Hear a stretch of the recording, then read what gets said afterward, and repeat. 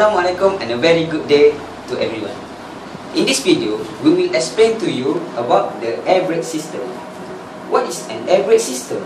Air brake system, or sometimes they call it compressed air brake system, is functioning as a friction brake used in automotive area, which is the compressed air is pushed the piston is used to apply the pressure needed in the brake pad to stop the vehicle. Air brake system usually used for the large vehicle such as truck, bus or train or something that is big. Some advantage of using this air brake system is it is an alternative to the hydraulic brake which used for the small cars such as automobile. Besides that, if there is a minor leak in the system, it will never affect the overall system.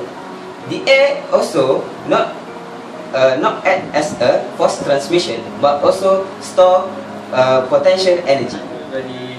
Now I will explain to you about the component inside the air brake system. Okay, first, this is the compressor.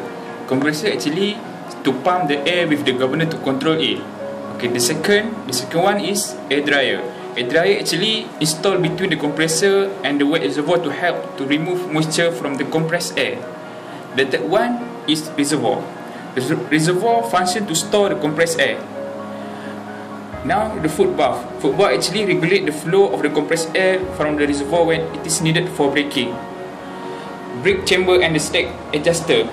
Actually, it is function to transfer the force exerted by the compressed air to mechanical linkage. Lastly, brake lining and the drum. Brake lining and the drum function to create the friction required to stop the wheel. I will explain to you about the dual air brake system, which is the basic system in air brake. Air is pumped by the compressor to the supply wet reservoir, which is protected from the over-pressurizers by the safety valve. Pressurized air moves from the supply wet reservoir to the primary dry reservoir and the secondary dry reservoir through the one-way check valve. At this point, the dual circuit starts. Air from the primary dry reservoir is directed to the foot valve. Air is also directed from the secondary dry reservoir to the foot valve. The foot valve is divided into two sections. One section of this dual foot valve controls the primary circuit and the other controls the secondary circuit. When a brake application is made, air is drawn from the primary reservoir through the foot valve and is passed on to the rear brake chamber. At the same time, air is also drawn from the second reservoir, passes through the foot valve and is passes onto the front brake chamber. If there is any loss in either circuit, the other will continue to operate independently. Unless air is lost in both circuits, the vehicle will continue to have braking ability. The primary and secondary circuit are equipped with low air pressure warning device, which is triggered by the low air pressure indicator switch and reservoir air pressure gauge located at the dash of the vehicle. Now, I will explain to you about dual air system with spring parking brake. The difference with another system is the system is added spring brake chamber. When spring brake are added to dual air brake system, the same type of dash control valve discussed previously is used. Blended air is used to supply the spring parking brake control valve. Blended air is taken from the primary and secondary circuit through a two-way valve.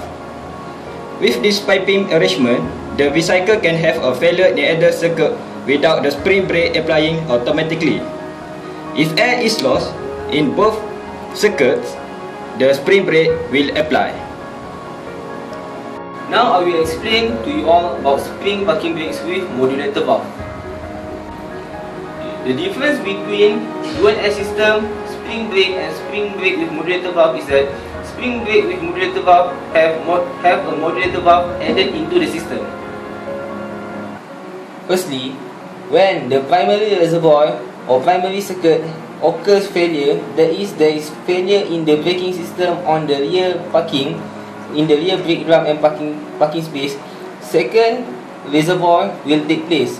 When the second reservoir cannot withstand the pressure inside the circuit, here the modulator valve will tend to release the pressure inside the spring parking brakes according to the pressure applied on the pedal by the driver. The more pressure the driver apply on the pedal, the more air pressure is released from the system spring brake system, and it will tend to release the spring from its original position, and it will extend, and hence the truck or trailer will stop.